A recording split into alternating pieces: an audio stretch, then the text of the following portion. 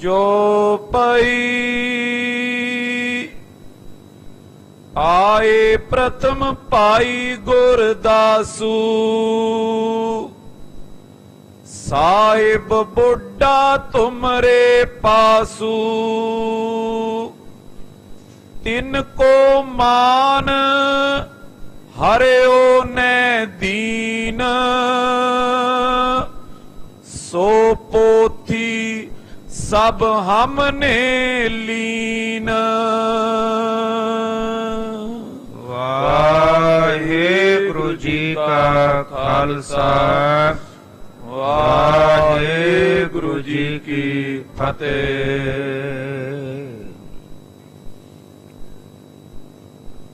तेग बहादुर सिमरिया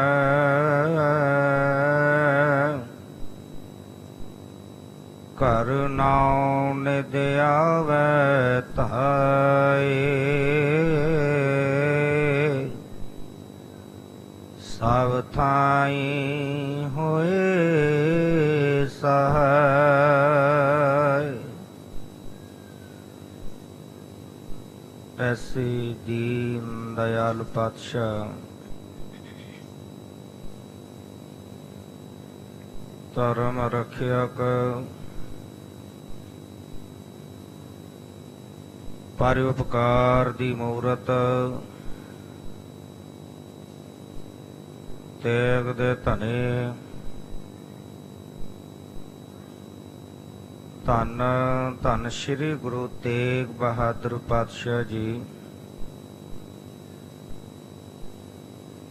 सतगुरां जी दे पावन पवित्र अस्थान गुरुद्वारा श्री दुख निवारण साहिब विखे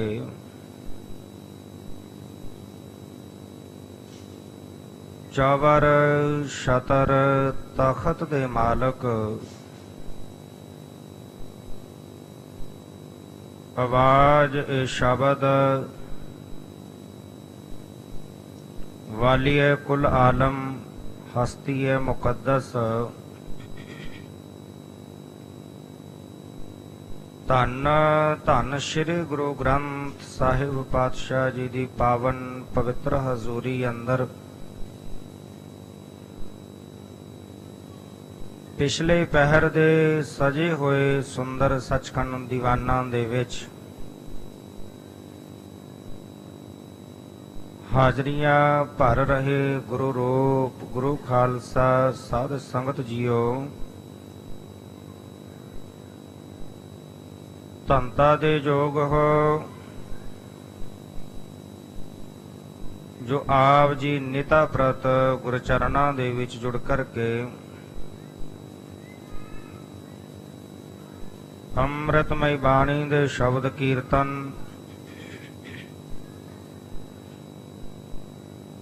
गुर इतिहास दी विचार नूं सरवण करके जीवन और सवासां नूं सफलियां करदे हो। गुरु घर दे कीर्तनिया पासों आप जी ने बहुत ही प्रेम दे विच भिज करके रबी बाणी दे शब्द कीर्तन सरवण कीते हन। उपरंत समा बनया है चल रही लड़ीवार गुर इतिहास दी विचार दा।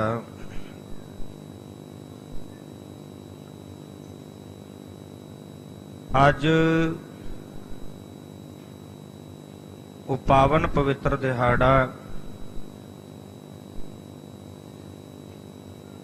खालसा अकाल पुरख की फौज प्रगटियो खालसा परमात्मा की मौज। खालसा प्रगट दिवस आप सर्वत संगतां गुरु चरणा दे विच हाजरियां लवा करके पावन दिहाड़ा मना रहे हो। इस पावन स्थान विखे सवेरे अमृत वेले श्री अखंड पाठ साहिब जी की समाप्ति हुई। उपरंत दीवान सजे रागी सिंह कविश्री सिंघा ने अपनी हाजरी लवाई। ਅੰਮ੍ਰਿਤ ਦਾ ਬਾਟਾ ਤਿਆਰ ਹੋਇਆ, ਜਿਸ ਵਿੱਚ 330 ਪ੍ਰਾਣੀ ਗੁਰੂ ਵਾਲੇ ਬਣੇ ਹਨ, ਗੁਰੂ ਜਹਾਜ਼ ਤੇ ਚੜ੍ਹੇ ਹਨ। ਗੁਰੂ ਘਰ ਦੇ ਵਿੱਚ ਅੱਜ ਉਹਨਾਂ ਦਾ ਜਨਮ ਹੋਇਆ ਹੈ। ਖਾਲਸਾ ਪੰਥ ਦੇ ਵੀ ਸ਼ਾਮਲ ਹੋਏ ਨੇ, ਵਧਾਈ ਦੇ ਪਾਤਰ ਹਨ।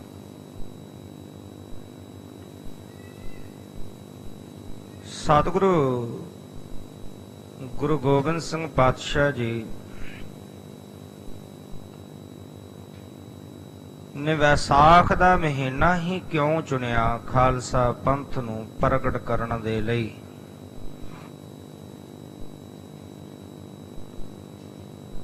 ਗੁਰਬਾਣੀ ਅੰਦਰ 12 ਮਹਾ ਦਰਜ ਹਨ।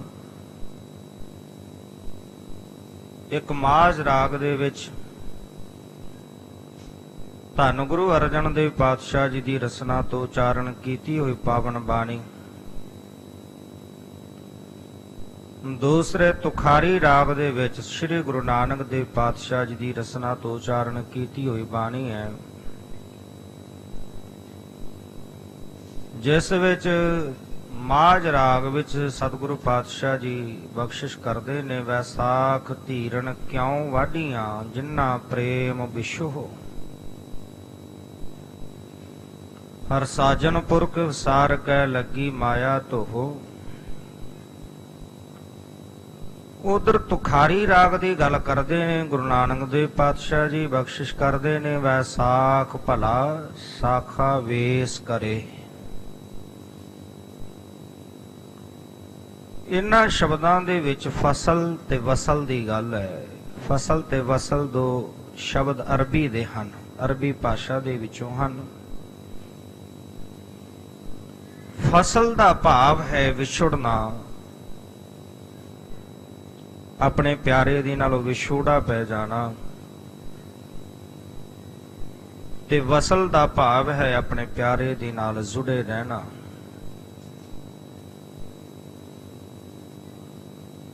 ਤੇ ਜਿਹੜੇ ਪਿਆਰੇ ਨਾਲ ਵਿਛੜੇ ਹੋਏ ਨੇ ਉਹ ਫਸਲ ਦੀ ਤਰ੍ਹਾਂ ਨੇ, ਕੱਟੇ ਹੋਏ ਨੇ। ਜੀਵਨ ਅੰਦਰ ਉਹਨਾਂ ਦੇ ਕਦੀ ਸਹਿਜ ਨਹੀਂ, ਕਦੀ ਧੀਰਜ ਨਹੀਂ, ਆਨੰਦ ਨਹੀਂ। ਤੇ ਜਿਹੜੇ ਉਸ ਪ੍ਰਭੂ ਨਾਲ ਜੁੜੇ ਹੋਏ ਨੇ ਉਹਨਾਂ ਦੇ ਜੀਵਨ ਅੰਦਰ ਸਦਾ ਹੀ ਵਿਕਾਸ ਹੈ, ਉਹਨਾਂ ਦੇ ਜੀਵਨ ਅੰਦਰ ਸਦਾ ਹੀ ਆਨੰਦ ਹੈ, ਸਦਾ ਹੀ ਖੇੜਾ ਹੈ।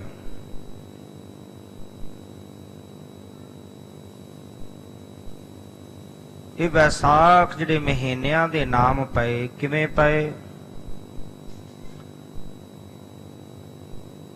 ਕਿਉਂਕਿ ਜਦੋਂ ਖਾਗੋਸ਼ ਸ਼ਾਸਤਰੀਆਂ ਦੀ ਗ੍ਰੰਥ ਨੂੰ ਪੜ੍ਹੀਏ, ਇਤਿਹਾਸ ਨੂੰ ਪੜ੍ਹੀਏ, ਤੇ ਪਤਾ ਲੱਗਦਾ ਹੈ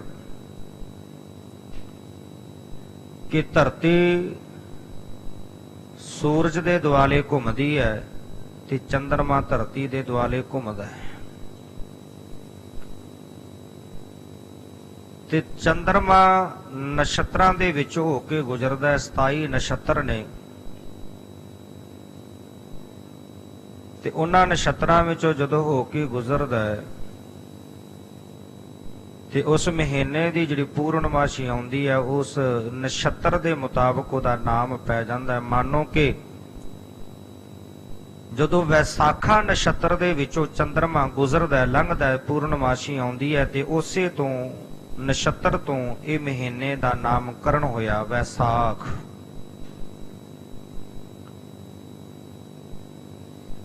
ਵੈਸਾਖ ਦਾ ਮਹੀਨਾ ਜਿਹਦੇ ਵਿੱਚ ਫਸਲ ਵੀ ਹੈ, ਵਸਲ ਵੀ ਹੈ, ਜਿਹਦੇ ਵਿੱਚ ਟੁੱਟਣਾ ਵੀ ਹੈ ਤੇ ਮਿਲਾਪ ਵੀ ਹੈ।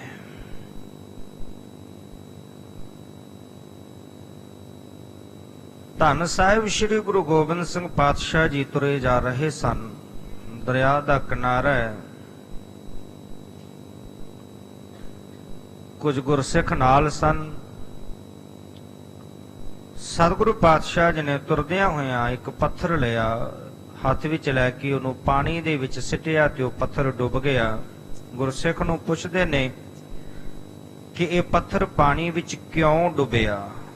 ਇਹਦੇ ਵਿੱਚ ਬੜੀ ਡੂੰਘੀ ਰਮਜ ਸੀ। ਗੁਰਸਿੱਖ ਕਹਿਣ ਲੱਗਾ, ਸਤਿਗੁਰੂ ਪਾਤਸ਼ਾਹ ਪੱਥਰ ਭਾਰਾ ਹੁੰਦਾ ਹੈ, ਪਾਣੀ ਹਲਕਾ ਹੁੰਦਾ ਹੈ, ਇਸ ਕਰਕੇ ਪੱਥਰ ਜਿਹੜਾ ਉਹ ਪਾਣੀ ਵਿੱਚ ਡੁੱਬ ਗਿਆ ਹੈ। ਪਾਣੀ ਦਾ ਸੁਭਾਅ ਹੈ, ਉਹ ਭਾਰੀ ਵਸਤੂ ਨੂੰ ਆਪਣੇ ਵਿੱਚ ਡੁਬੋ ਲੈਂਦਾ ਹੈ।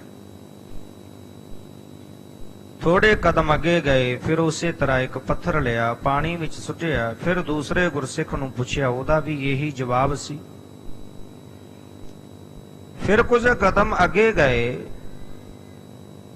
ਫਿਰ ਪੱਥਰ ਪਾਣੀ ਵਿੱਚ ਸਿੱਟਿਆ ਤੇ ਤੀਸਰੇ ਗੁਰਸਿੱਖ ਨੂੰ ਪੁੱਛਦੇ ਨੇ, ਉਹਨੇ ਵੀ ਇਹੀ ਗੱਲ ਕਹੀ ਕਿ ਪੱਥਰ ਭਾਰਾ ਹੋਣ ਕਰਕੇ ਪਾਣੀ ਵਿੱਚ ਡੁੱਬ ਗਿਆ।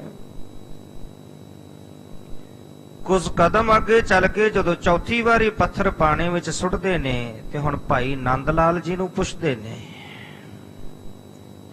ਕਿ ਭਾਈ ਨੰਦ ਲਾਲ ਜੀ, ਇਹ ਪੱਥਰ ਪਾਣੀ ਵਿੱਚ ਕਿਉਂ ਡੁੱਬਿਆ? ਭਾਈ ਨੰਦ ਲਾਲ ਜੀ ਦੀਆਂ ਅੱਖਾਂ ਦੇ ਵਿੱਚ ਹੰਝੂ ਸਨ, ਨੇਤਰਾਂ ਵਿੱਚ ਜਲ ਭਰ ਆਇਆ ਤੇ ਕਹਿਣ ਲੱਗੇ, ਪਾਤਸ਼ਾਹ, ਨਾ ਮੈਂ ਪਾਣੀ ਵੇਖਿਆ ਤੇ ਨਾ ਮੈਂ ਪੱਥਰ ਵੇਖਿਆ। ਹਿੰਦੂ ਵੀਰ ਪੱਥਰ ਦੀ ਮੂਰਤੀ ਦੇ ਅੱਗੇ ਜਾ ਕੇ ਪੂਜਾ ਅਰਚਨਾ ਕਰਦੇ ਨੇ ਤੇ ਕਹਿੰਦੇ ਨੇ ਕਿ ਅਸੀਂ ਕਦੀ ਵੀ ਡੁੱਬੀਏ ਨਾ। ਮੁਸਲਮਾਨ ਵੀਰ ਪੱਥਰ ਦੀ ਬਣੀ ਹੋਈ ਮਸੀਤ ਦੇ ਵਿੱਚ ਪਹੁੰਚ ਕੇ ਖੁਦਾ ਦੇ ਅੱਗੇ ਪੁਕਾਰ ਕਰਦੇ ਨੇ ਕਿ ਅਸੀਂ ਕਦੇ ਵੀ ਡੁੱਬੀਏ ਨਾ।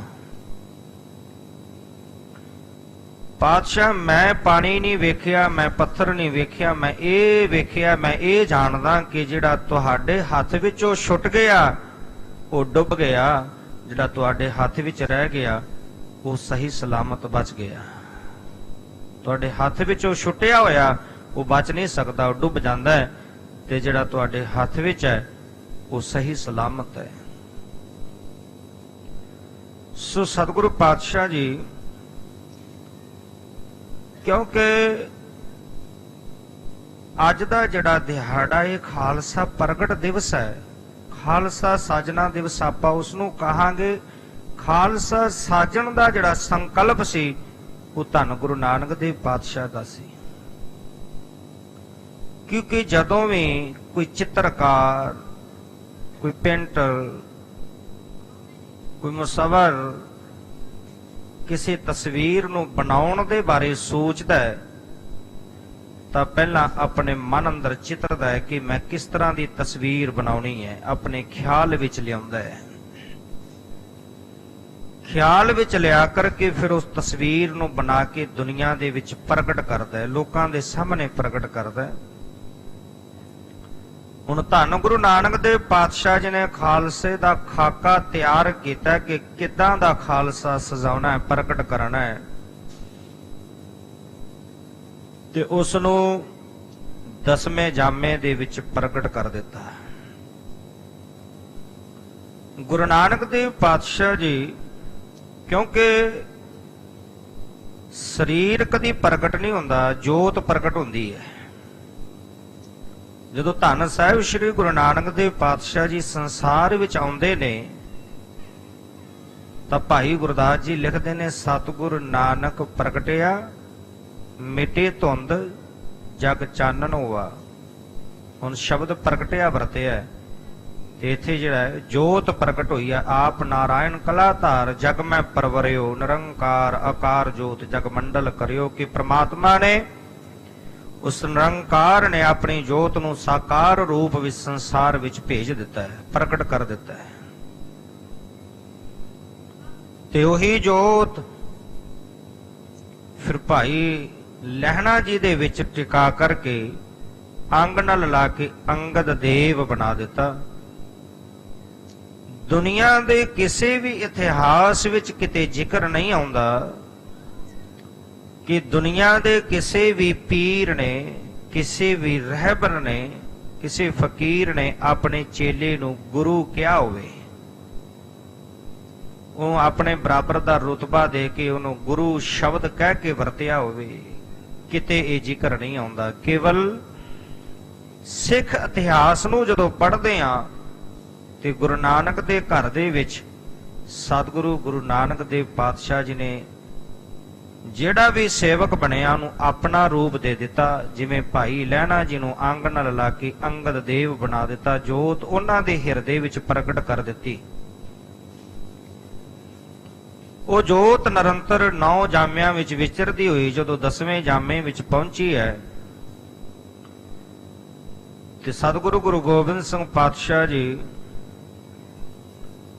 ਨੇ ਹੁਣ ਖਾਲਸੇ ਪੰਥ ਨੂੰ ਜਦੋਂ ਮੰਚ ਤੋਂ ਪ੍ਰਗਟ ਕਰਨਾ ਹੈ, ਉਹ ਗੁਰੂ ਨਾਨਕ ਦੀ ਜੋਤ ਜੋ 10ਵੇਂ ਜਾਮੇ ਦੇ ਵਿੱਚ ਹੈ, ਹੁਣ ਪੰਥ ਦੇ ਅੰਦਰ ਟਿਕਾਉਣੀ ਹੈ, ਉਹ ਜੋਤ ਪ੍ਰਗਟ ਕਰਨੀ ਹੈ। ਮੰਚ ਤੋਂ ਜਦੋਂ ਪ੍ਰਗਟ ਕਰਦੇ ਨੇ ਤੇ ਕਹਿੰਦੇ ਨੇ, ਖਾਲਸਾ ਅਕਾਲ ਪੁਰਖ ਕੀ ਫੌਜ ਪ੍ਰਗਟਿਓ, ਖਾਲਸਾ ਪਰਮਾਤਮ ਕੀ ਮੌਜ। ਇੱਥੇ ਸ਼ਬਦ ਪ੍ਰਗਟਿਓ ਵਰਤਿਆ ਹੈ। ਹੁਣ ਜਿਹੜੇ ਸਰੀਰ ਰੂਪੀ ਜੋਤ ਸੀ ਉਹ ਖਾਲਸੇ ਦੇ ਵਿੱਚ ਪ੍ਰਗਟ ਕਰ ਦਿੱਤੀ ਹੈ, ਤੇ ਜਿਹੜੀ ਆਤਮਾ ਰੂਪ ਜੋਤ ਸੀ ਉਹ ਧੰਨ ਸ਼੍ਰੀ ਗੁਰੂ ਗ੍ਰੰਥ ਸਾਹਿਬ ਜੀ ਦੇ ਵਿੱਚ ਪ੍ਰਗਟ ਕਰ ਦਿੱਤੀ ਹੈ। ਸਰੀਰ ਰੂਪੀ ਜੋਤ ਜਿਹੜੀ ਪੰਥ ਵਿੱਚ ਟਿਕਾ ਕੇ ਪ੍ਰਗਟ ਕੀਤਾ ਹੈ, ਤੇ ਉਹ ਖਾਲਸੇ ਨੂੰ ਧੰਨ ਸਾਹਿਬ ਸ਼੍ਰੀ ਗੁਰੂ ਗ੍ਰੰਥ ਸਾਹਿਬ ਪਾਤਸ਼ਾਹ ਜੀ ਦੀ ਚਰਣੀ ਲਾ ਦਿੱਤਾ।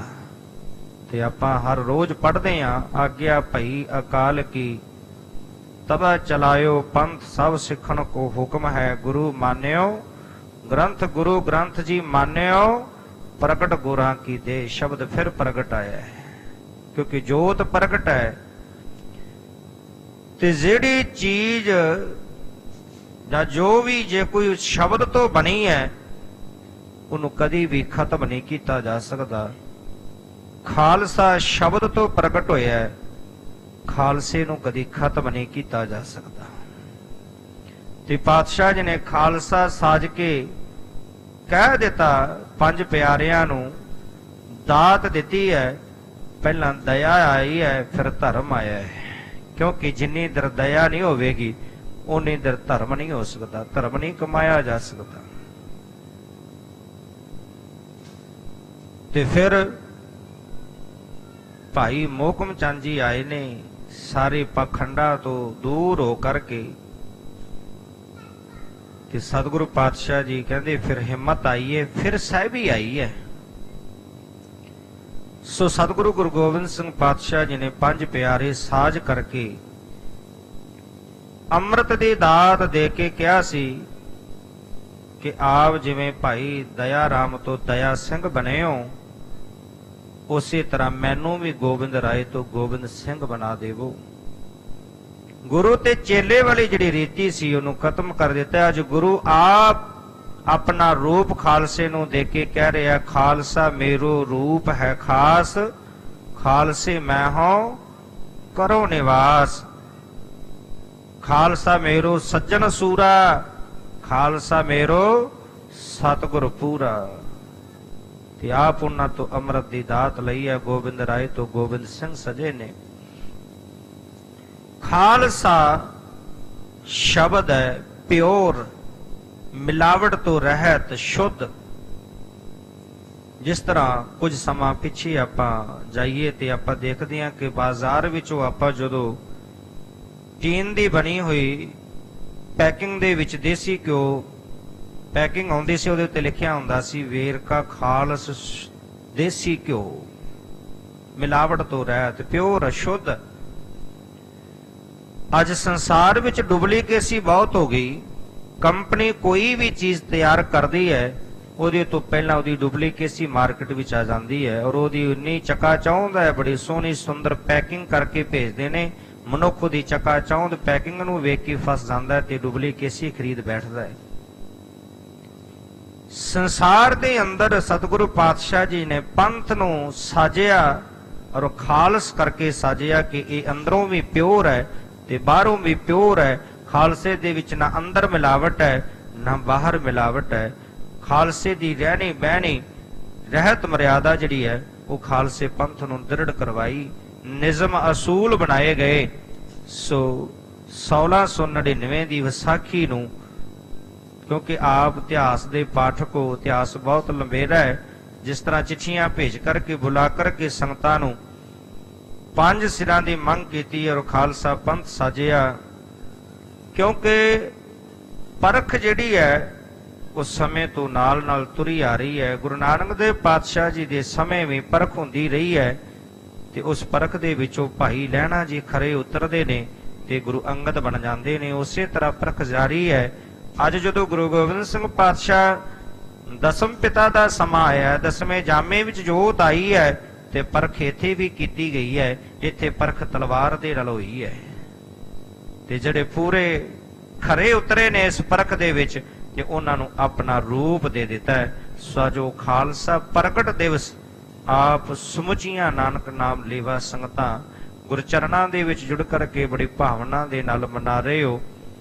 ਸਮੁੱਚੇ ਖਾਲਸਾ ਪੰਥ ਨੂੰ ਖਾਲਸਾ ਪ੍ਰਗਟ ਦਿਵਸ ਦੀ ਲੱਖ ਲੱਖ ਵਧਾਈ ਹੋਵੇ।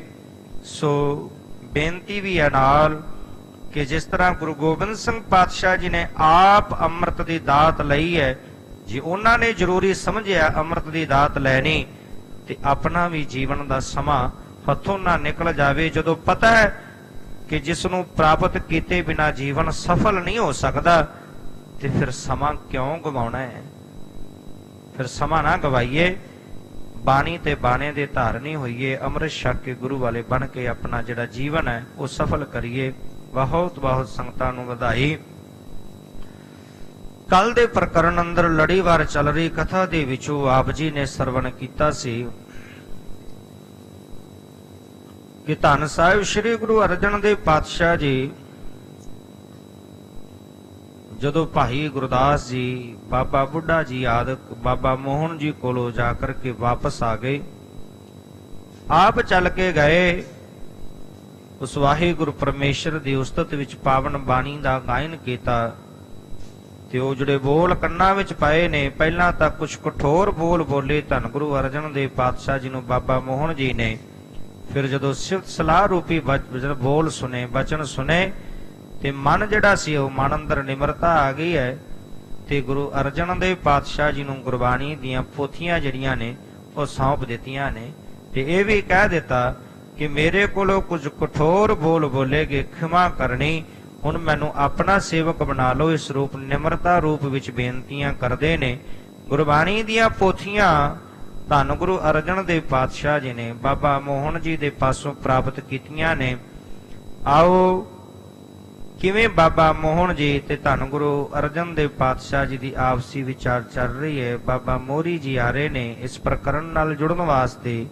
ਮਨ ਬਿਰਤੀਆਂ ਨੂੰ ਇਕਾਗਰ ਕਰਨ ਦੇ ਲਈ ਰਸਨਾ ਦੀ ਕਲਿਆਣ ਹਿਤ ਆਖਣਾ ਕਰੀਏ ਜੀ। ਸਤਨਾਮ ਸ੍ਰੀ ਵਾਹਿਗੁਰੂ ਸਾਹਿਬ ਜੀ। ਸਤਨਾਮ ਸ੍ਰੀ ਵਾਹਿਗੁਰੂ ਸਾਹਿਬ ਜੀ। ਚੌਪਈ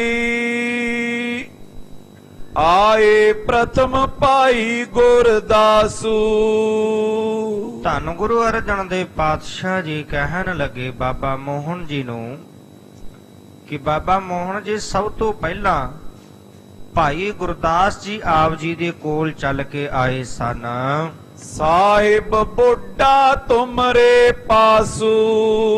ਤੇ ਬਾਬਾ ਬੁੱਢਾ ਸਾਹਿਬ ਜੀ ਭਾਈ ਗੁਰਦਾਸ ਜੀ ਤੋਂ ਬਾਅਦ ਬਾਬਾ ਬੁੱਢਾ ਜੀ ਚੱਲ ਕੇ ਆਪ ਜੀ ਦੇ ਪਾਸ ਆਏ।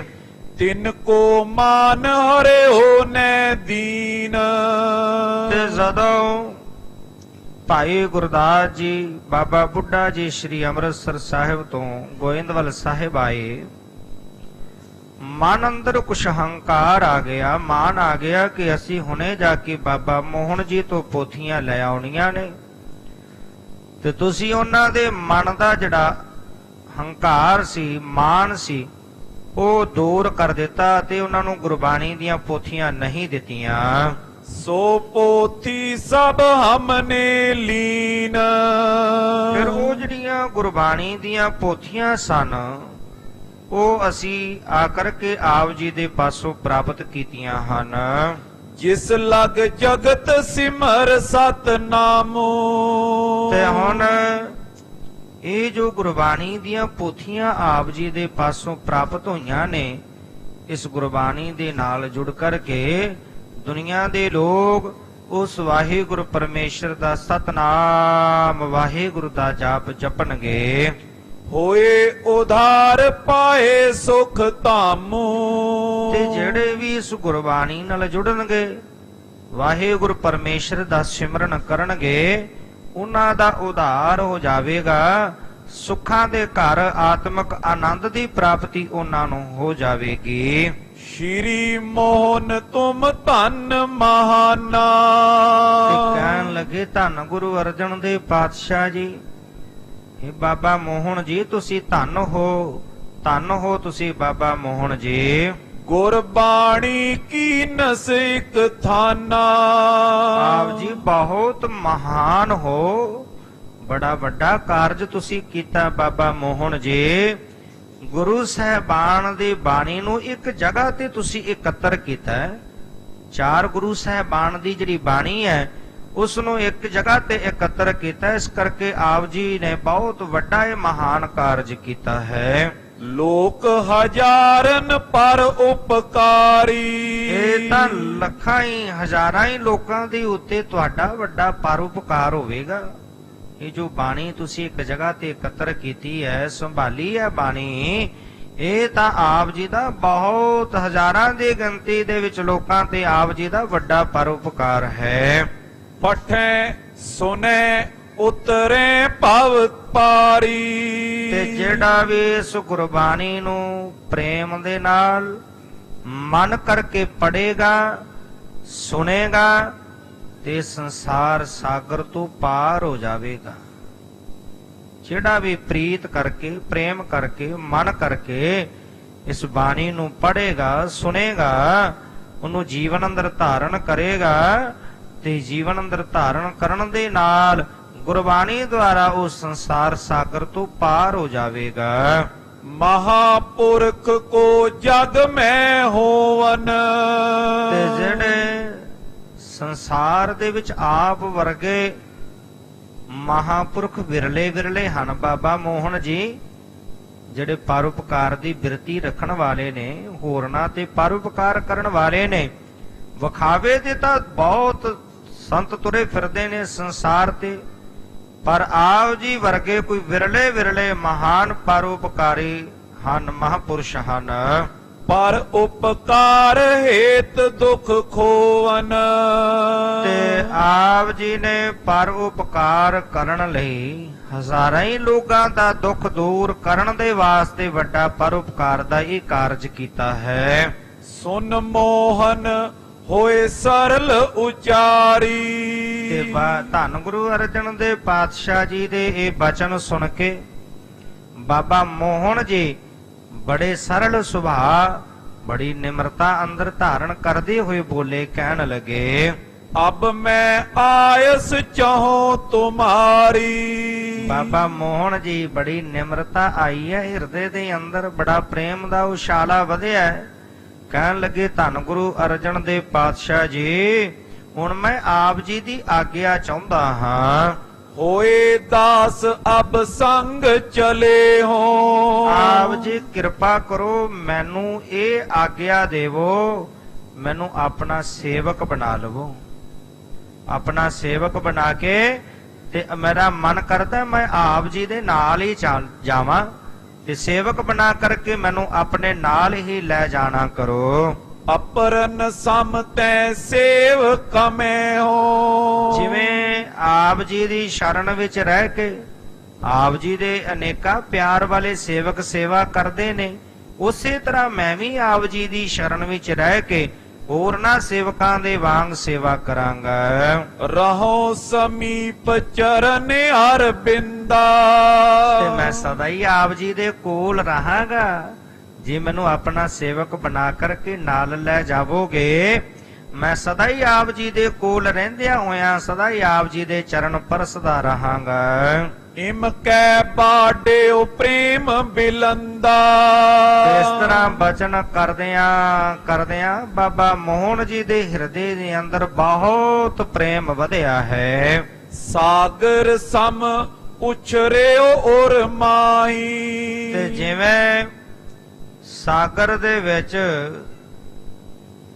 ਪੂਰਨਮਾਸ਼ੀ ਚੰਦਰਮਾ ਜਦੋਂ ਪੂਰਨਮਾਸ਼ੀ ਆਉਂਦੀ ਹੈ ਤੇ ਚੰਦਰਮਾ ਨੂੰ ਵੇਖ ਕੇ ਸਾਗਰ ਦੇ ਵਿੱਚ ਲਹਿਰਾਂ ਉੱਠਦੀਆਂ ਨੇ, ਤਰੰਗਾਂ ਉੱਠਦੀਆਂ ਨੇ।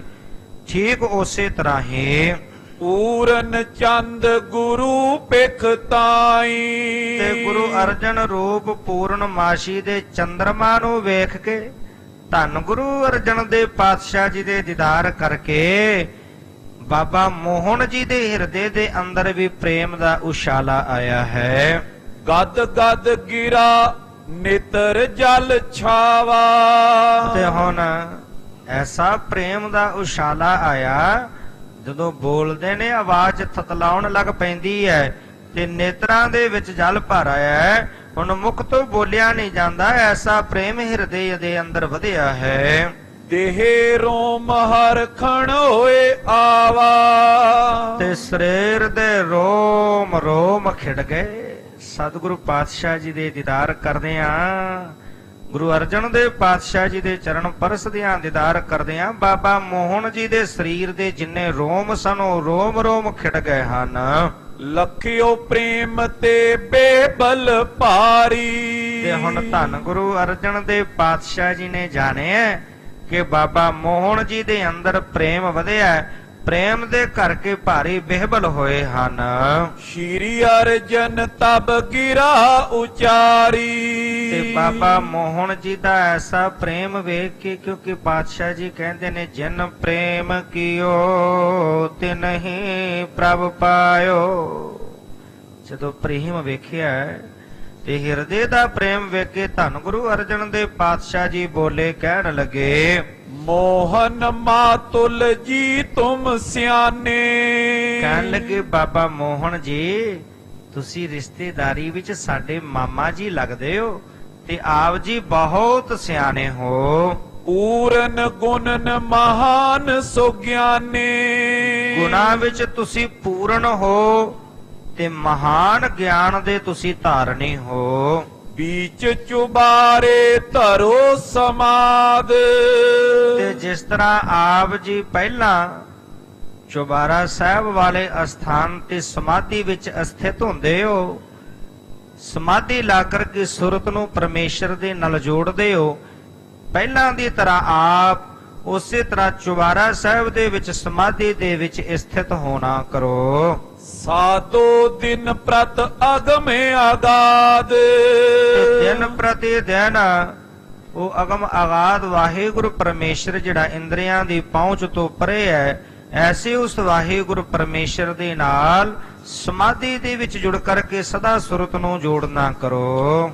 श्री नानक को मंत्र जपीजै उधरो आप ਬੰਸ ਉਦਰੀ ਜੈ। ਧੰਨ ਸਾਹਿਬ ਸ੍ਰੀ ਗੁਰੂ ਨਾਨਕ ਦੇਵ ਪਾਤਸ਼ਾਹ ਜੀ ਦਾ ਬਖਸ਼ਿਆ ਹੋਇਆ ਮੰਤਰ ਸਤਨਾਮ ਸ੍ਰੀ ਵਾਹਿਗੁਰੂ, ਸਤਨਾਮ ਸ੍ਰੀ ਵਾਹਿਗੁਰੂ। ਇਹ ਮੰਤਰ ਦਾ ਜਾਪ ਜਪੋ ਤੇ ਆਪ ਵੀ ਤਰ ਜਾਵੋ ਤੇ ਆਪਣੇ ਵੰਸ਼ ਨੂੰ ਵੀ ਤਾਰਨਾ ਕਰੋ, ਵੰਸ਼ ਦਾ ਵੀ ਉਧਾਰ ਕਰ ਲੈਣਾ ਕਰੋ। ਹਮ ਦਿਸ਼ ਦਇਆ ਕਰਤ ਨਿਤ ਰਹੀਏ। ਤੇ ਹੈ ਬਾਬਾ ਮੋਹਨ ਜੀ ਸਮਾਧੀ ਦੇ ਵਿੱਚ ਜੁੜਿਆ ਹੋਇਆ ਵਾਹਿਗੁਰੂ ਪਰਮੇਸ਼ਰ ਦਾ ਨਾਮ ਸਿਮਰਦਿਆਂ ਹੋਇਆ ਤੇ ਆਪ ਜੀ ਨੇ ਕਿਰਪਾ ਕਰਨੇ ਸਾਡੇ ਤੇ ਵੀ ਦਇਆ ਕਰਦੇ ਰਹਿਣਾ। ਇੱਥੇ ਚੁਬਾਰਾ ਸਾਹਿਬ ਅਸਥਾਨ ਤੇ ਜੁੜੇ ਹੋਏ ਸਾਡੇ ਤੇ ਵੀ ਦਇਆ ਕਰਦੇ ਰਹਿਣਾ ਹੈ। ਇਸਈ ਥਲ ਹਮਰੀ ਸੁਧ ਲਈਏ। ਤੇ ਇਸੇ ਸਥਾਨ ਤੇ ਰਹਿੰਦਿਆਂ ਚੁਬਾਰਾ ਸਾਹਿਬ ਵਾਲੇ ਸਥਾਨ ਤੇ ਸਮਾਧੀ ਵਿੱਚ ਜੁੜ ਕਰਕੇ ਪਰਮੇਸ਼ਰ ਦਾ ਭਜਨ ਕਰਦੇ ਆ।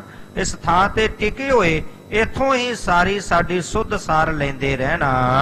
ਆਗੇ ਅਮਾਨੀ ਮੋਹਨ ਸੋਈ। ਤੇ ਹੁਣ ਜੋ ਆਗਿਆ ਧੰਨ ਗੁਰੂ ਅਰਜਨ ਦੇਵ ਪਾਤਸ਼ਾਹ ਜੀ ਨੇ ਕੀਤੀ ਹੈ, ਬਾਬਾ ਮੋਹਨ ਜੀ ਨੇ ਧੰਨ ਗੁਰੂ ਅਰਜਨ ਦੇਵ ਪਾਤਸ਼ਾਹ ਜੀ ਦੀ ਆਗਿਆ ਨੂੰ ਮੰਨਿਆ ਹੈ। ਸ਼੍ਰੀ ਅਰਜਨ ਗੁਰ ਉਚਰੀ ਜੋਈ। ਜਿਹੜੀ ਆਗਿਆ ਧੰਨ ਗੁਰੂ ਅਰਜਨ ਦੇਵ ਪਾਤਸ਼ਾਹ ਜੀ ਨੇ ਕੀਤੀ ਹੈ, ਜੋ ਬਚਨ ਕੀਤੇ ਨੇ ਉਹ ਬਚਨਾਂ ਨੂੰ ਸੱਤ ਕਰਕੇ ਮੰਨਿਆ, ਕਿਉਂਕਿ ਹਿਰਦੇ ਵਿੱਚ ਜਾਣ ਗਏ ਸਨ ਕਿ ਪਹਿਲਾਂ ਗੁਰੂ ਪਿਤਾ ਦਾ ਬਚਨ ਨਹੀਂ ਮੰਨਿਆ ਤੇ ਹੁਣ ਤੱਕ ਹਿਰਦਾ ਤਪਦਾ ਰਿਹਾ ਹੈ, ਹੁਣ ਵੀ ਕਿਤੇ ਸਮਾਂ ਹੱਥੋਂ ਨਾ ਲੰਘ ਜਾਵੇ। ਤੇ ਹੁਣ ਸਤਿਗੁਰੂ ਪਾਤਸ਼ਾਹ ਜੀ ਦੇ ਕਹੇ ਹੋਏ ਬਚਨ ਸਤਿਗੁਰੂ ਜੀ ਦੀ ਆਗਿਆ ਨੂੰ ਸੱਤ ਕਰਕੇ ਮੰਨਿਆ ਹੈ। ਪਰ ਕਰਮਾ ਚੋਂ ਦਿਸ਼ ਫਿਰ ਦੀਨੀ। ਤੇ ਫਿਰ ਧੰਨ ਗੁਰੂ ਅਰਜਨ ਦੇਵ ਪਾਤਸ਼ਾਹ ਜੀ ਦੀਆਂ ਚਾਰੇ ਪਾਸੇ ਫਿਰ ਕੇ ਪ੍ਰਕਰਮਾਂ ਕੀਤੀਆਂ ਹਨ ਬਾਬਾ ਮੋਹਨ ਜੀ ਨੇ। ਪਰਮ ਪ੍ਰੇਮ ਤੇ ਬੰਧਨ ਕੀਨੀ। ਬਹੁਤ ਹੀ ਪ੍ਰੇਮ ਸਹਿਤ ਹਿਰਦੇ ਦੇ ਅੰਦਰ ਪ੍ਰੇਮ ਧਾਰਨ ਕਰਕੇ ਧੰਨ ਗੁਰੂ ਅਰਜਨ ਦੇਵ ਪਾਤਸ਼ਾਹ ਜੀ ਦੀਆਂ ਪ੍ਰਕਰਮਾਂ ਕਰਕੇ ਫਿਰ ਬੰਦਨਾ ਕੀਤੀ ਹੈ, ਨਮਸਕਾਰ ਕੀਤੀ ਹੈ। ਆਪਨ ਚੁਬਾਰੇ ਪਹੁੰਚਿਓ ਜਾਈ। ਤੇ ਚੁਬਾਰਾ ਸਾਹਿਬ ਵਾਲੇ ਸਥਾਨ ਤੇ ਜਿੱਥੇ ਹਰ ਵਕਤ ਸਮਾਧੀ ਦੇ ਵਿੱਚ ਜੁੜੇ ਰਹਿੰਦੇ ਸਨ, ਉਸੇ ਸਥਾਨ ਤੇ ਚੱਲ ਕੇ ਗਏ ਹਨ ਬਾਬਾ ਮੋਹਨ ਜੀ। ਪ੍ਰਥਮ ਸਮਾਨ ਸਮਾਦ ਲਗਾਈ। ਪਹਿਲਾਂ ਦੀ ਤਰ੍ਹਾਂ ਜਿਵੇਂ ਹਰ ਵਕਤ ਪਹਿਲਾਂ ਸਮਾਧੀ ਵਿੱਚ ਰਹਿੰਦੇ ਸਨ, ਕਿਤੇ ਕਿਤੇ ਸਮਾਧੀ ਖੁੱਲਦੀ ਸੀ, ਪਰਮੇਸ਼ਰ ਦੇ ਨਾਮ ਨਾਲ ਸੁਰਤ ਨੂੰ ਜੋੜ ਕੇ ਰੱਖਦੇ, ਆਤਮਕ ਆਨੰਦ ਮਾਣਦੇ। ਪਹਿਲਾਂ ਦੀ ਤਰ੍ਹਾਂ ਉਸੇ ਤਰ੍ਹਾਂ ਜਾ ਕੇ ਚੁਬਾਰਾ ਸਾਹਿਬ ਦੇ ਸਥਾਨ ਤੇ ਸਮਾਧੀ ਲਗਾਈ ਹੈ। ਬਾਣੀ ਮਦਮਾ ਸਾਥ ਪਠੰਤਾ। ਤੇ ਹੁਣ ਚਾਰ ਪ੍ਰਕਾਰ ਦੀਆਂ ਬਾਣੀਆਂ ਨੇ, ਪਰਾ, ਪਸ਼ਯੰਤੀ, ਮਦਮਾ ਤੇ ਬੈਖਰੀ। ਤੇ ਹੁਣ ਜਾ ਕਰਕੇ ਸਮਾਧੀ ਲਾ ਕੇ ਮਦਮਾ ਕਹਿੰਦੇ ਨੇ ਅੰਦਰੋਂ ਦਿਲ ਚੋਂ ਲਿਆ ਕਰਕੇ ਜਿਹੜੀ ਕੰਠ ਤੱਕ ਬਾਣੀ ਲਿਆਉਣੀ, ਉਹਨੂੰ ਇਸ ਤਰ੍ਹਾਂ ਦਿਲ ਲਾ ਕੇ ਬਾਣੀ ਪੜ੍ਹਨੀ ਸ਼ੁਰੂ ਕੀਤੀ ਹੈ ਸਮਾਧੀ ਵਿੱਚ ਜੁੜ ਕਰਕੇ। ਸ਼੍ਰੀ ਨਾਨਕ ਕੋ ਮੰਤਰ ਕਮੰਤਾ। ਤੇ ਧੰਨ ਸਾਹਿਬ ਸ੍ਰੀ ਗੁਰੂ ਨਾਨਕ ਦੇਵ ਪਾਤਸ਼ਾਹ ਜੀ ਦਾ ਬਖਸ਼ਿਆ ਹੋਇਆ ਮੰਤਰ ਸਤਨਾਮ ਵਾਹਿਗੁਰੂ ਦਾ, ਉਹ ਮੰਤਰ ਦੀ ਕਮਾਈ ਕਰਨ ਲੱਗੇ ਹਨ। ਦੋਹਰਾ ਇਸ ਪ੍ਰਕਾਰ ਸ਼੍ਰੀ ਸਤਿਗੁਰੂ ਸ਼ਬਦ ਪੋਥੀਆਂ ਲੀਨ। ਇਸ ਪ੍ਰਕਾਰ ਦੇ ਨਾਲ ਜੋ ਗੁਰਬਾਣੀ ਦੀਆਂ ਪੋਥੀਆਂ ਬਾਬਾ ਮੋਹਨ ਜੀ ਦੇ ਪਾਸ ਸਨ, ਉਹ ਗੁਰਬਾਣੀ ਦੀਆਂ ਪੋਥੀਆਂ ਧੰਨ ਗੁਰੂ ਅਰਜਨ ਦੇਵ ਪਾਤਸ਼ਾਹ ਜੀ ਨੇ ਬਾਬਾ ਮੋਹਨ ਜੀ ਦੇ ਕੋਲੋਂ ਪ੍ਰਾਪਤ ਕਰ ਲਈਆਂ ਹਨ। ਹਰਖਤ ਸ਼੍ਰੀ ਗੁਰ ਅਮਰ ਕੋ ਨਮੋ ਧਿਆਨ ਕਰ ਕੀਨ। ਤੇ ਜਦੋਂ ਗੁਰਬਾਣੀ ਦੀਆਂ ਪੋਥੀਆਂ ਪ੍ਰਾਪਤ ਕਰ ਲਈਆਂ, ਹਿਰਦੇ ਅੰਦਰ ਬੜਾ ਆਨੰਦ ਵਧਿਆ, ਹਿਰਦਾ ਬੜਾ ਪ੍ਰਸੰਨ ਹੋਇਆ। ਤੇ ਪ੍ਰਸੰਨ ਹੋ ਕਰਕੇ ਧੰਨ ਗੁਰੂ ਅਮਰਦਾਸ ਪਾਤਸ਼ਾਹ ਜੀ ਨੂੰ ਸਿਮਰਿਆ, ਯਾਦ ਕੀਤਾ। ਧੰਨ ਗੁਰੂ ਅਮਰਦਾਸ ਪਾਤਸ਼ਾਹ ਜੀ ਦੇ ਚਰਨਾਂ ਦਾ ਧਿਆਨ ਧਰ ਕੇ ਨਮਸਕਾਰ ਕੀਤੀ ਹੈ। ਦੋਹਰਾ ਕਰ ਕਾਰਜ ਅਰਜਨ ਗੁਰੂ ਪਰਮ ਪ੍ਰਸੰਤਾ ਪਾਏ। ਤੇ ਹੁਣ ਜਿਹੜਾ ਕਾਰਜ ਕਰਨ ਵਾਸਤੇ ਆਏ ਸਨ, ਸ਼੍ਰੀ ਅੰਮ੍ਰਿਤਸਰ ਸਾਹਿਬ ਤੋਂ ਚੱਲ ਕੇ ਗੋਇੰਦਵਾਲ ਸਾਹਿਬ ਗੁਰਬਾਣੀ ਦੀਆਂ ਪੋਥੀਆਂ ਪ੍ਰਾਪਤ ਕਰਨ ਦਾ ਜਿਹੜਾ ਕਾਰਜ ਸੀ, ਉਹ ਕਾਰਜ ਜਦੋਂ ਹੁਣ ਸੰਪੂਰਨ ਹੋ ਗਿਆ, ਕਾਰਜ ਪੂਰਾ ਹੋਇਆ, ਧੰਨ ਗੁਰੂ ਅਰਜਨ ਦੇਵ ਪਾਤਸ਼ਾਹ ਜੀ ਬਹੁਤ ਪ੍ਰਸੰਨ ਹੋਏ ਹਨ। ਕਰਿਓ ਚਹਿਤ ਵੱਡ ਬੀੜ ਕੋ ਸਭ ਬਾਣੀ ਇੱਕ ਥਾਏ। ਸਾਰੇ ਗੁਰੂ ਸਹਿਬਾਨ ਦੀ ਬਾਣੀ ਨੂੰ ਇੱਕ ਥਾਂ ਤੇ ਇਕੱਠੀ ਕਰਕੇ ਇੱਕ ਬੜੀ ਮਹਾਨ ਵਿਸ਼ਾਲ ਸੁੰਦਰ ਬੀੜ ਤਿਆਰ ਕਰਨਾ ਚਾਹੁੰਦੇ ਸਨ ਧੰਨ ਗੁਰੂ ਅਰਜਨ ਦੇਵ ਪਾਤਸ਼ਾਹ ਜੀ। ਚੌਪਈ ਚਲਨ ਸੋਦਾਸਰ ਕੀ ਕਰ ਤਿਆਰੀ। ਤੇ ਹੁਣ ਜਦੋਂ ਗੁਰਬਾਣੀ ਦੀਆਂ ਪੋਥੀਆਂ ਪ੍ਰਾਪਤ ਹੋ ਗਈਆਂ, ਧੰਨ ਗੁਰੂ ਅਰਜਨ ਦੇਵ ਪਾਤਸ਼ਾਹ ਜੀ ਨੇ ਗੋਇੰਦਵਾਲ ਸਾਹਿਬ ਤੋਂ ਸ੍ਰੀ ਅੰਮ੍ਰਿਤਸਰ ਸਾਹਿਬ ਵੱਲ ਚੱਲਣ ਦੀ ਤਿਆਰੀ ਕੀਤੀ ਹੈ। ਸੁਨੀ ਮੋਹਰੀ ਨੇ ਸੁਧ ਸਾਰੀ। ਤੇ ਬਾਬਾ ਮੋਹਰੀ ਜੀ, ਉਹਨਾਂ ਨੇ ਖਬਰ ਸੁਣ ਲਈ, ਉਹਨਾਂ ਨੂੰ ਪਤਾ ਲੱਗਿਆ ਕਿ ਧੰਨ ਗੁਰੂ ਅਰਜਨ ਦੇਵ ਪਾਤਸ਼ਾਹ ਜੀ ਗੋਇੰਦਵਾਲ ਸਾਹਿਬ ਤੋਂ ਸ੍ਰੀ ਅੰਮ੍ਰਿਤਸਰ ਸਾਹਿਬ ਵਾਪਸ ਜਾ ਰਹੇ ਨੇ। ਇਹ ਜਦੋਂ ਖਬਰ ਮਿਲੀ ਹੈ, ਅਤ ਪ੍ਰਸੰਨ ਮੋਨ ਹੋਏ ਗਇਓ। ਤੇ ਹੁਣ ਇਹ ਵੀ ਖਬਰ ਮਿਲ ਗਈ, ਇਹ ਵੀ ਜਾਣ ਲਿਆ ਕਿ ਬਾਬਾ ਮੋਹਨ ਜੀ ਬਹੁਤ ਪ੍ਰਸੰਨ ਹੋਏ ਨੇ ਧੰਨ ਗੁਰੂ ਅਰਜਨ ਦੇਵ ਪਾਤਸ਼ਾਹ ਜੀ ਤੇ। ਬੜੇ ਖੁਸ਼ ਤੇ ਪ੍ਰਸੰਨ ਹੋਏ ਹਨ ਬਾਬਾ ਮੋਹਨ ਜੀ। ਪਰਿਓ ਚਰਨ ਪੁਸਤਕ ਸਭ ਦਇਓ। ਤੇ ਇਹ ਵੀ ਪਤਾ ਲੱਗ ਚੁੱਕਾ ਸੀ ਕਿ ਬਾਬਾ ਮੋਹਨ ਜੀ ਜਿਹੜੇ ਧੰਨ ਗੁਰੂ ਅਰਜਨ ਦੇਵ ਪਾਤਸ਼ਾਹ ਜੀ ਦੇ ਚਰਨਾਂ ਤੇ ਜਿਨ੍ਹਾਂ ਨੇ ਆ ਕੇ ਝੁੱਕ ਕੇ ਨਮਸਕਾਰ ਕੀਤੀ ਹੈ, ਚਰਨਾਂ ਤੇ ਪੈ ਗਏ ਨੇ, ਤੇ ਗੁਰਬਾਣੀ ਦੀਆਂ ਜਿਹੜੀਆਂ ਸਾਰੀਆਂ ਪੋਥੀਆਂ ਨੇ ਉਹ ਵੀ ਧੰਨ ਗੁਰੂ ਅਰਜਨ ਦੇਵ ਪਾਤਸ਼ਾਹ ਜੀ ਨੂੰ ਦੇ ਦਿੱਤੀਆਂ ਹਨ। ਮਹਾਮਸਤ ਜੋ ਕਿਸੇ ਨ ਮਾਨੈ। ਬੜੇ ਹੈਰਾਨ ਵੀ ਨੇ ਬਾਬਾ ਮੋਹਰੀ ਜੀ, ਸੋਚਦੇ ਨੇ, ਵਿਚਾਰਦੇ ਨੇ ਮਨ ਅੰਦਰ ਕਿ ਬਾਬਾ ਮੋਹਨ ਜੀ ਤਾਂ ਬੜੇ ਮਸਤ ਸੁਭਾਅ ਦੇ ਮਾਲਕ ਨੇ, ਕਿਸੇ ਦੀ ਵੀ ਉਹ ਗੱਲ ਮੰਨਦੇ ਨੇ, ਕੋਈ ਜਿੰਨਾ ਵੀ ਮਰਜ਼ੀ ਯਤਨ ਕਰ ਲਵੇ ਪਰ ਉਹ ਆਪਣੇ ਸੁਭਾਅ ਦੇ ਅਨੁਸਾਰ ਹੀ ਵਿਚਰਦੇ ਹਨ। ਸਭ ਸੋ ਅਨ ਰਸ ਬਾਕ ਬਖਾਨੇ। ਤੇ ਕਿਸੇ ਦੀ ਗੱਲ ਵੀ ਨਹੀਂ ਮੰਨਦੇ, ਤੇ ਜੇਕਰ ਕੋਈ ਬਹੁਤਾ ਜ਼ਿਆਦਾ ਕੋਈ ਯਤਨ ਆਪਣੇ ਵੱਲੋਂ ਕਰੇ ਤੇ ਫਿਰ ਰਸਨਾ ਤੋਂ ਅਜਿਹੇ ਸ਼ਰਾਪ ਵਰਗੇ ਬਚਨ ਵੀ ਬੋਲ ਦਿੰਦੇ ਨੇ, ਕਠੋਰ ਬਚਨ ਵੀ ਬੋਲਦੇ ਹਨ। ਕਿਮ ਇਨਕੇ ਹੋਇਓ ਅਨੁਸਾਰੀ। ਤੇ ਕਿਵੇਂ ਬਾਬਾ ਮੋਹਨ ਜੀ ਧੰਨ ਗੁਰੂ ਅਰਜਨ ਦੇਵ ਪਾਤਸ਼ਾਹ ਜੀ ਦੀ ਅਨੁਸਾਰੀ ਕਿਵੇਂ ਹੋ ਗਏ? ਉਹਨਾਂ ਦਾ ਤੇ ਸੁਭਾਅ ਆਪਣੇ ਸੁਭਾਅ ਦੇ ਮਾਲਕ ਨੇ, ਕਿਸੇ ਦੀ ਗੱਲ ਨਹੀਂ ਮੰਨਦੇ, ਪਰ ਇਹ ਕਿਵੇਂ ਹੋਇਆ ਸਾਰਾ ਕੁਝ? ਬਾਬਾ ਮੋਹਨ ਜੀ ਧੰਨ ਗੁਰੂ ਅਰਜਨ ਦੇਵ ਪਾਤਸ਼ਾਹ ਜੀ ਦੀ ਅਨੁਸਾਰੀ ਕਿਵੇਂ ਹੋ ਗਏ? ਕਰੀ ਨਮੋ ਪੁਨ ਚਰਨ ਆਗਾਰੀ। ਤੇ ਫਿਰ ਨਮਸਕਾਰ ਕੀਤੀ ਹੈ ਧੰਨ ਗੁਰੂ ਅਰਜਨ ਦੇਵ ਪਾਤਸ਼ਾਹ ਜੀ ਦੇ ਚਰਨਾਂ ਤੇ। ਜੋ ਗੁਰ ਰਾਮਦਾਸ ਕੇ ਆਗੇ। ਤੇ ਜੋ ਗੁਰੂ ਰਾਮਦਾਸ ਪਾਤਸ਼ਾਹ ਜੀ ਦੇ ਅੱਗੇ ਨਹੀਂ ਨਿਵੇ ਬਾਬਾ ਮੋਹਨ ਜੀ, ਜਿਨ੍ਹਾਂ ਨੇ ਅੱਜ ਧੰਨ ਗੁਰੂ ਅਰਜਨ ਦੇਵ ਪਾਤਸ਼ਾਹ ਜੀ ਦੇ ਚਰਨਾਂ ਤੇ ਆ ਕੇ ਨਮਸਕਾਰ ਕੀਤੀ ਹੈ, ਉਹ ਪਹਿਲਾਂ ਜਦੋਂ ਸਮਾਂ ਗੁਰੂ ਅਮਰਦਾਸ ਪਿਤਾ ਪਾਤਸ਼ਾਹ ਦਾ ਹੁਕਮ ਸੀ ਉਦੋਂ ਉਹਨਾਂ ਨੇ ਨਮਸਕਾਰ ਗੁਰੂ ਰਾਮਦਾਸ ਪਾਤਸ਼ਾਹ ਜੀ ਨੂੰ ਨਹੀਂ ਕੀਤੀ ਸੀ। ਨਿਮਿਓ ਨਹੀਂ ਪਿਤ ਬਾਕਨ ਤਿਆਗੇ। ਤੇ ਗੁਰੂ ਪਾਤਸ਼ਾਹ ਗੁਰੂ ਪਿਤਾ ਦਾ ਜਿਹੜਾ ਬਚਨ ਸੀ ਉਹਦਾ ਤਿਆਗ ਕਰ ਦਿੱਤਾ ਤੇ ਨਹੀਂ ਨਿਵੇ। ਜਦੋਂ ਗੁਰੂ ਅਮਰਦਾਸ ਪਾਤਸ਼ਾਹ ਜੀ ਨੇ ਕਿਹਾ ਸੀ ਗੁਰੂ ਰਾਮਦਾਸ ਪਾਤਸ਼ਾਹ ਜੀ ਨੂੰ ਜੋਤ ਹਿਰਦੇ ਅੰਦਰ ਟਿਕਾ ਕਰਕੇ ਗੁਰਿਆਈ ਦਾ ਤਿਲਕ ਦਿੱਤਾ, ਤੇ ਸਾਰਿਆਂ ਨੂੰ ਕਿਹਾ ਸੀ ਕਿ ਧੰਨ ਗੁਰੂ ਰਾਮਦਾਸ ਪਾਤਸ਼ਾਹ ਜੀ ਦੇ ਚਰਨਾਂ ਤੇ ਨਮਸਕਾਰ ਕਰੋ, ਉਦੋਂ ਬਾਬਾ ਮੋਹਨ ਜੀ ਗੁੱਸੇ ਦੇ ਵਿੱਚ ਚਲੇ ਗਏ ਸਨ ਤੇ ਮੋਹਰੀ ਪੁੱਤ ਸਨਮੁਖ ਹੋਇਆ, ਰਾਮਦਾਸੈ ਪੈਰੀ ਪਾਏ ਜੀਓ। ਉਦੋਂ ਬਾਬਾ ਮੋਹਰੀ ਜੀ ਨੇ ਚਰਨਾਂ ਤੇ ਨਮਸਕਾਰ ਕੀਤੀ ਸੀ, ਫਿਰ ਬਾਕੀ ਸਾਰੀ ਸੰਗਤ ਨੇ ਨਮਸਕਾਰ ਕੀਤੀ।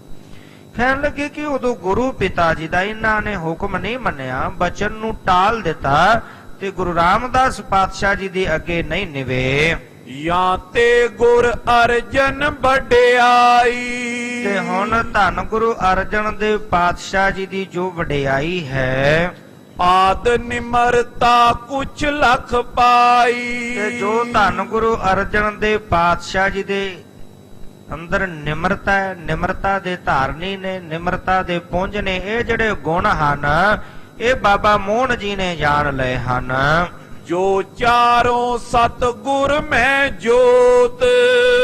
ਤੇ ਜਿਹੜੀ ਜੋਤ ਚਾਰੇ ਗੁਰੂ ਸਹਿਬਾਨ ਵਿੱਚ ਵਰਤਦੀ ਰਹੀ ਹੈ, ਧੰਨ ਗੁਰੂ ਨਾਨਕ ਦੇਵ ਪਾਤਸ਼ਾਹ ਜੀ ਦੀ ਜੋਤ ਜਿਹੜੀ ਹੈ ਅੱਗੇ ਜੋ ਗੁਰੂ ਸਹਿਬਾਨ ਦੇ ਵਿੱਚ ਵਰਤਦੀ ਆਈ ਹੈ, ਸੋ ਗੁਰ ਅਰਜਨ ਵਿਖੇ ਉਦੋਤ। ਤੇ ਉਹੀ ਚਾਰੇ ਗੁਰੂ ਸਹਿਬਾਨ ਵਾਲੀ ਜਿਹੜੀ ਜੋਤ ਹੈ ਉਹ ਧੰਨ ਗੁਰੂ ਅਰਜਨ ਦੇਵ ਪਾਤਸ਼ਾਹ ਜੀ ਦੇ ਹਿਰਦੇ ਦੇ ਵਿੱਚ ਪ੍ਰਗਟ ਹੈ।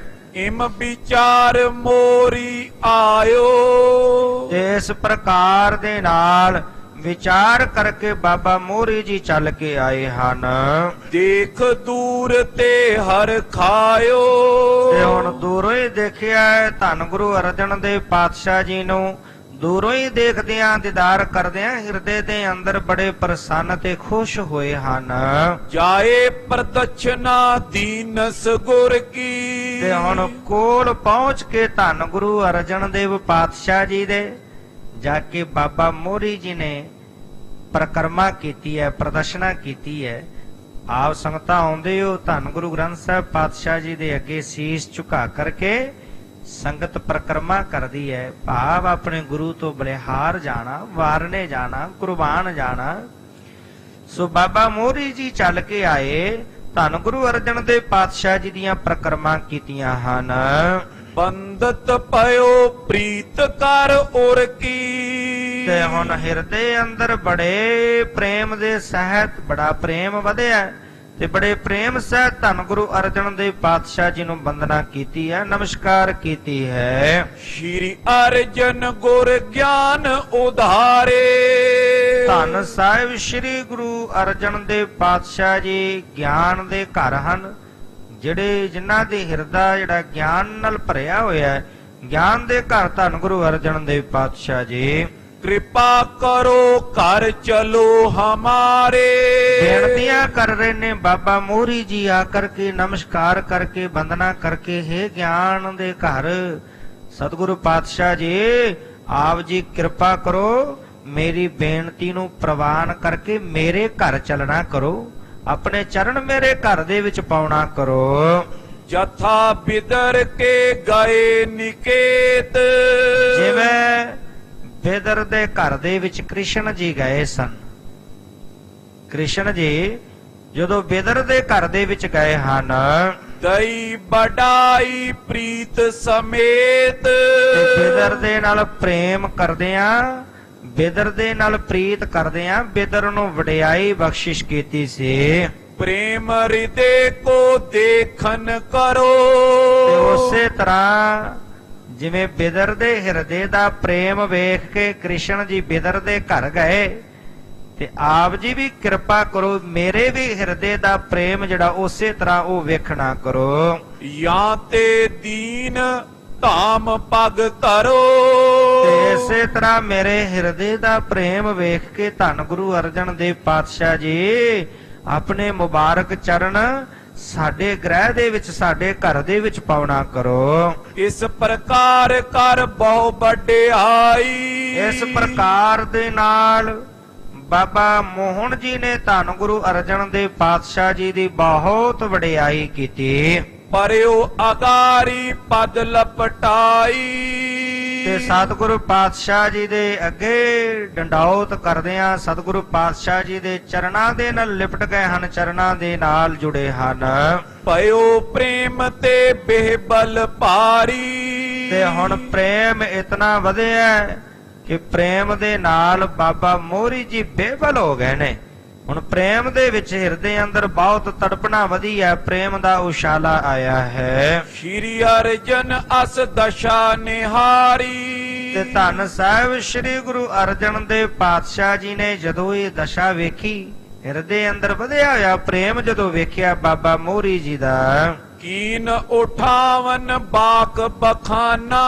ਤੇ ਹੁਣ ਦੋਵੇਂ ਹੱਥਾਂ ਨਾਲ ਪਕੜ ਕੇ ਧੰਨ ਗੁਰੂ ਅਰਜਨ ਦੇਵ ਪਾਤਸ਼ਾਹ ਜੀ ਨੇ ਬਾਬਾ ਮੋਹਰੀ ਜੀ ਨੂੰ ਉਠਾਇਆ। ਦੇਖੋ, ਭਾਵੇਂ ਰਿਸ਼ਤੇ ਵਿੱਚ ਬਾਬਾ ਮੋਹਰੀ ਜੀ ਮਾਮਾ ਜੀ ਲੱਗਦੇ ਨੇ, ਗੱਲ ਰਿਸ਼ਤੇਦਾਰੀ ਦੀ ਨਹੀਂ, ਗੱਲ ਗੁਰਜੋਤ ਦੀ ਹੈ। ਜੋਤ ਜਿਹੜੀ ਹੈ ਉਹ ਧੰਨ ਗੁਰੂ ਅਰਜਨ ਦੇਵ ਪਾਤਸ਼ਾਹ ਜੀ ਦੇ ਹਿਰਦੇ ਦੇ ਵਿੱਚ ਪ੍ਰਗਟ ਹੈ। ਇਸ ਕਰਕੇ ਬੜੀ ਨਿਮਰਤਾ ਦੇ ਨਾਲ ਅੱਗੇ ਲੇਟੇ ਹੋਏ ਨੇ, ਡੰਡੌਤ ਕਰ ਰਹੇ ਨੇ ਤੇ ਚਰਨ ਪਕੜੇ ਹੋਏ ਨੇ ਸਾਹਿਬ ਦੇ ਘੁੱਟ ਕੇ। ਤੇ ਧੰਨ ਗੁਰੂ ਅਰਜਨ ਦੇਵ ਪਾਤਸ਼ਾਹ ਜੀ ਨੇ ਐਸਾ ਪ੍ਰੇਮ ਜਦੋਂ ਬਾਬਾ ਮੋਹਰੀ ਜੀ ਦਾ ਵੇਖਿਆ ਤੇ ਦੋਵੇਂ ਹੱਥਾਂ ਨਾਲ ਪਕੜ ਕੇ ਉਠਾਇਆ, ਕਹਿਣ ਲੱਗੇ, ਹਮਰੇ ਮਾਤੁਲ ਅਹੋ ਮਹਾਨਾ। ਕਹਿਣ ਲੱਗੇ, ਤੁਸੀਂ ਸਾਡੇ ਰਿਸ਼ਤੇ ਦੇ ਵਿੱਚ ਮਾਮਾ ਜੀ ਲੱਗਦੇ ਹੋ, ਆਪ ਜੀ ਬਹੁਤ ਮਹਾਨ ਹੋ, ਤੇ ਤੁਸੀਂ ਆਪ ਜੀ ਸਾਡੇ ਵੱਡੇ ਥਾਂ ਤੇ ਹੋ, ਮਾਮਾ ਜੀ ਲੱਗਦੇ ਹੋ। ਸ਼੍ਰੀ ਗੁਰ ਅਮਰਦਾਸ ਕੇ ਨੰਦਨ। ਤੇ ਧੰਨ ਗੁਰੂ ਅਮਰਦਾਸ ਪਾਤਸ਼ਾਹ ਜੀ ਦੇ ਸੁਪੁੱਤਰ ਹੋ, ਜਿਨ ਦੇਖਤ ਹੋਏ ਪਾਪ ਨਿਕੰਦਨ। ਜਿਨ੍ਹਾਂ ਧੰਨ ਗੁਰੂ ਅਮਰਦਾਸ ਪਾਤਸ਼ਾਹ ਜੀ ਦੇ ਦੀਦਾਰ ਕਰਦਿਆਂ ਜਿਹੜੇ ਦੁੱਖ ਨੇ ਉਹ ਚਲੇ ਜਾਂਦੇ ਨੇ, ਦੁੱਖਾਂ ਦਾ ਨਾਸ਼ ਹੋ ਜਾਂਦਾ ਹੈ।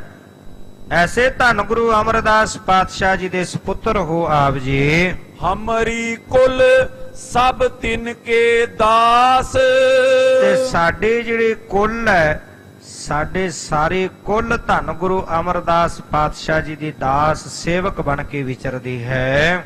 ਜਿਨੋ ਕਿਰਪਾ ਤੇ ਭਏ ਪ੍ਰਕਾਸ਼। ਜਿਨ੍ਹਾਂ ਦੇ ਕਿਰਪਾ ਦੇ ਨਾਲ ਆ ਸੰਸਾਰ ਦੇ ਵਿੱਚ ਪ੍ਰਕਾਸ਼ ਹੈ, ਸੁਜਾਸਾ ਹੈ। ਇਹ ਪ੍ਰਕਾਸ਼ ਪ੍ਰਗਟ ਹੋਇਆ ਜਿਨ੍ਹਾਂ ਦੀ ਕਿਰਪਾ ਦੇ ਨਾਲ। ਨਿਸ ਦਿਨ ਤਿਨ ਕੋ ਨਾਮ ਜਪੀਜੈ। ਦਿਨੇ ਰਾਤ ਅਸੀਂ ਧੰਨ ਗੁਰੂ ਅਮਰਦਾਸ ਪਾਤਸ਼ਾਹ ਜੀ ਦਾ ਨਾਮ ਜਪਦੇ ਆਂ। ਭੱਲੇ ਅਮਰਦਾਸ ਗੁਣ ਤੇਰੇ, ਭੱਲੇ ਅਮਰਦਾਸ ਗੁਣ ਤੇਰੇ। ਭੱਲੇ ਅਮਰਦਾਸ ਗੁਣ ਤੇਰੇ, ਭੱਲੇ ਅਮਰਦਾਸ ਗੁਣ ਤੇਰੇ। ਤੇਰੇ ਉਪਮਾ ਤੋਹੇ ਬਣ ਆਵੈ, ਤੇਰੇ ਉਪਮਾ ਤੋਹੇ ਬਣ ਆਵੈ। ਤੇਰੀ ਉਪਮਾ ਤੋਏ ਬਣ ਆਵੈ, ਤੇਰੀ ਉਪਮਾ ਤੋਏ ਬਣ ਆਵੈ। ਐਸੇ ਧੰਨ ਗੁਰੂ ਅਮਰਦਾਸ ਪਾਤਸ਼ਾਹ ਜੀ ਜਿਨ੍ਹਾਂ ਦਾ ਨਾਮ ਅਸੀਂ ਦਿਨੇ ਰਾਤ ਜਪਦੇ ਹਾਂ। ਜਗ ਗੁਰ ਮੈਦ ਮਹਾਨ ਲਖੀਜੈ। ਤੇ ਜਗਤ ਦੇ ਵਿੱਚ ਵੱਡੇ ਗੁਰੂ ਹੋਏ ਹਨ ਧੰਨ ਗੁਰੂ ਅਮਰਦਾਸ ਪਾਤਸ਼ਾਹ ਜੀ। ਜਾਂ ਤੇ ਨਮੋ ਉਚਿਤ ਤੁਮ ਆਹੋ। ਇਸ ਕਰਕੇ ਸਾਡੀ ਨਮਸਕਾਰ ਕਰਨਾ ਆਪ ਜੀ ਨੂੰ ਉਚਿਤ ਬਣਦੀ ਹੈ, ਕਿਉਂਕਿ ਇੱਕ ਤਾਂ ਰਿਸ਼ਤੇਦਾਰੀ ਵਿੱਚ ਤੁਸੀਂ ਸਾਡੇ ਮਾਮਾ ਜੀ ਹੋ, ਤੇ ਫਿਰ ਦੂਸਰੇ ਧੰਨ ਸਾਹਿਬ ਸ੍ਰੀ ਗੁਰੂ ਅਮਰਦਾਸ ਪਾਤਸ਼ਾਹ ਜੀ ਦੇ ਸੁਪੁੱਤਰ ਹੋ, ਜਿਨ੍ਹਾਂ ਦੀ ਅੱਜ ਸਾਡੇ ਤੇ ਕਿਰਪਾ ਹੈ। ਇਸ ਕਰਕੇ ਸਾਡੇ ਵੱਲੋਂ ਆਪ ਜੀ ਨੂੰ ਨਮਸਕਾਰ ਕਰਨੀ ਹੀ ਉਚਿਤ ਬਣਦੀ ਹੈ। ਮਮ ਪਦ ਗਹਿਨ ਅਨੁਚਿਤਾ ਲਹੋ। ਤੇ ਇਸ ਕਰਕੇ ਆਪ ਜੀ ਆ ਅਨੁਚਿਤ ਕੰਮ ਨਾ ਕਰੋ, ਕਿਉਂਕਿ ਆਪ ਵੱਡੇ ਥਾਂ ਤੇ ਹੋ। ਇਸ ਕਰਕੇ ਸਾਡੀ ਵੱਲੋਂ ਨਮਸਕਾਰ ਕਰਨੀ ਆਪ ਜੀ ਨੂੰ ਬਣ ਆਉਂਦੀ ਹੈ। ਸੇਵੋ ਰਜ ਪਗ ਕਮਲ ਤੁਮਾਰੀ। ਤੇ ਮੈਂ ਤਾਂ ਆਪ ਜੀ ਦੇ ਚਰਨ ਕਮਲਾਂ ਨੂੰ ਸੇਵਾ, ਆਪ ਜੀ ਦੇ ਚਰਨ ਕਮਲਾਂ ਦੀ ਧੂੜ ਲੈ ਕੇ ਮਸਤਕ ਤੇ ਲਾਉਣਾ ਕਰਾਂ, ਕਿਉਂਕਿ ਧੰਨ ਗੁਰੂ ਅਮਰਦਾਸ ਪਾਤਸ਼ਾਹ ਜੀ ਜਿਨ੍ਹਾਂ ਦੀ ਬਖਸ਼ਿਸ਼ ਦੇ ਨਾਲ ਅੱਜ ਹੀ ਪ੍ਰਕਾਸ਼ ਹੈ, ਸੰਸਾਰ ਵਿੱਚ ਸੁਜਾਸਾ ਹੈ, ਇਹ ਬਖਸ਼ਿਸ਼ ਹੋਈ ਹੈ, ਇਹ ਰੱਬੀ ਦਾਤ ਪ੍ਰਾਪਤ ਹੋਈ ਹੈ। ਐਸੀ ਗੁਰੂ ਅਮਰਦਾਸ ਪਾਤਸ਼ਾਹ ਜੀ ਦੇ ਸੁਪੁੱਤਰ ਹੋ, ਇਸ ਕਰਕੇ ਆਪ ਜੀ ਦੇ ਚਰਨ ਪੂਜਨੇ ਬਣਦੇ ਹਨ। ਕਿਰਪਾ ਕਰੋ ਲਖ ਕੈ ਅਨੁਸਾਰੀ। ਤੇ ਆਪ ਜੀ ਆਪਣੇ ਅਨੁਸਾਰੀ ਜਾਣ ਕੇ ਸਾਡੇ ਤੇ ਕਿਰਪਾ ਕਰੋ। ਸੁਨਤ ਮੋਹਰੀ ਜੁਗ ਕਰ ਜੋਰੇ। ਤੇ ਬਾਬਾ ਮੋਹਰੀ ਜੀ ਨੇ ਧੰਨ ਗੁਰੂ ਅਰਜਨ ਦੇਵ ਪਾਤਸ਼ਾਹ ਜੀ ਦੇ ਇਹ ਜਦੋਂ ਬਚਨ ਸੁਨੇ ਨੇ, ਬਚਨ ਸੁਣ ਕੇ ਹੁਣ ਦੋਵੇਂ ਹੱਥ ਜੋੜ ਕੇ ਬੇਨਤੀ ਕਰਨ ਲੱਗੇ। ਕਿਵੇਂ ਬੇਨਤੀ ਕਰਕੇ ਸਤਿਗੁਰੂ ਪਾਤਸ਼ਾਹ ਜੀ ਨੂੰ ਆਪਣੇ ਘਰ ਵਿਖੇ ਲੈ ਕੇ ਜਾਂਦੇ ਨੇ, ਆਪਾਂ ਕੱਲ ਦੇ ਪ੍ਰਕਰਣ ਅੰਦਰ ਸਰਵਣ ਕਰਾਂਗੇ। ਸਮੇਂ ਦੇ ਲਿਹਾਜ਼ ਨਾਲ ਇੱਥੇ ਹੀ ਪ੍ਰਕਰਣ ਦੀ ਸਮਾਪਤੀ ਹੈ। ਸਤਿਗੁਰੂ ਪਾਤਸ਼ਾਹ ਜੀ ਦੇ ਪਾਵਨ ਪਵਿੱਤਰ ਇਤਿਹਾਸ ਨੂੰ ਵਾਚਦਿਆਂ ਗੁਰਮਤਿ ਵਿਚਾਰਾਂ ਦੀ ਸਾਂਝ ਪਾਉਂਦਿਆਂ ਹੋਈਆਂ ਬੇਅੰਤ ਭੁੱਲਾਂ ਦੀ ਖਿਮਾ ਕਰਨੀ ਗੁਰੂ ਪਾਤਸ਼ਾਹ ਗੁਰੂ ਕੀ ਸੰਗਤ ਬਖਸ਼ਣ ਯੋਗ ਹੈ। ਭੁੱਲਾਂ ਨਾ ਚਿਤਾਰਨੀਆਂ, ਅਸੀਸ ਬਖਸ਼ਣੀ ਸਤਿਗੁਰੂ ਪਾਤਸ਼ਾਹ ਜੀ ਅੱਗੇ ਲਈ ਸੁਮਤ ਪ੍ਰਦਾਨ ਕਰਨ।